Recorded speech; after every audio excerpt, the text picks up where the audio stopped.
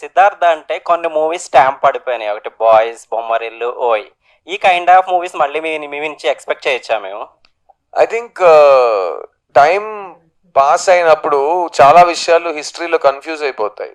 ఓయి అనే సినిమా సరిగా ఆడలేదు ఆ టైంలో, ఓకేనా? సో 15 సంవత్సరాల తర్వాత అలాంటి సినిమాలు మళ్ళీ తీస్తారంటే లాస్ట్ టైం తీసినప్పుడే సరిగా ఆదరించలేదు, మళ్ళీ ఎందుకు తీస్తాం బే అని నేను చెప్పొచ్చు అంటున్నా. అనలేదు, ఫీల్ అవ్వకు.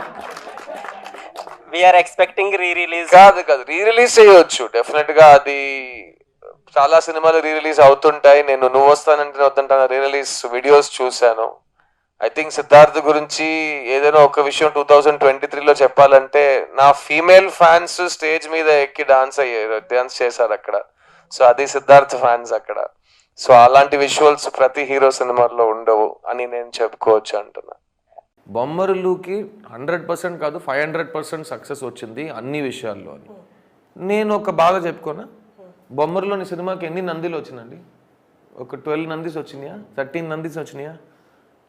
ఒక్క మనిషికి మాత్రం ఆ సినిమాలో నంది రాలేదు. కాన్సలేషన్ సర్టిఫికేట్, పార్టిసిపేషన్ సర్టిఫికేట్, ఓ మంచి కుర్రోడు అని కూడా అవార్డు ఇవ్వలేదు. ఆ అబ్బాయి పేరు నేను. వెళ్ళి చూడండి, హిస్టరీ మారిపోదు, హిస్టరీ అలాగే ఉంటుంది.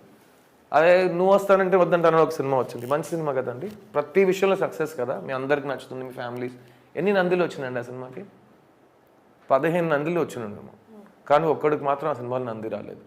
ఈడు సినిమాలు చేశాడు అని కూడా నంది రాలేదు. అది నేను.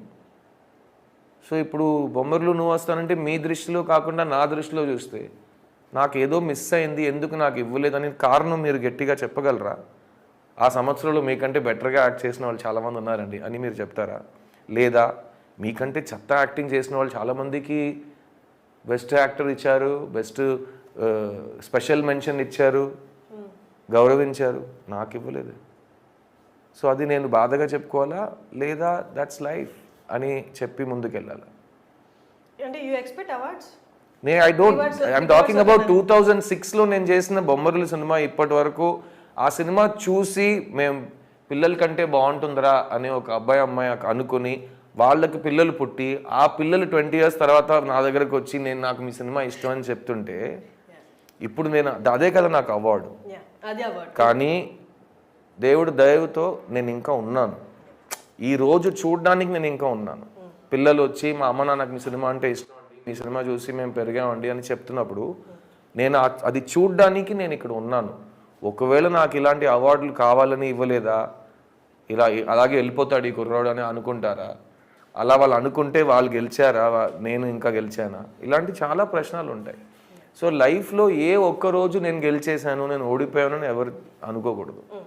ప్రతిదానికి ఏదో ఒక చోట ఒక గెలుపు వస్తుంది. ఒక్కొక్క రోజు ఒక గెలుపు ఒక ఓటమిగా మారిపోతుంది. ఒక ఓటమి 10 సంవత్సరాల తర్వాత ఒక గెలుపుగా నిలబడిపోతుంది. So life is fascinating like that.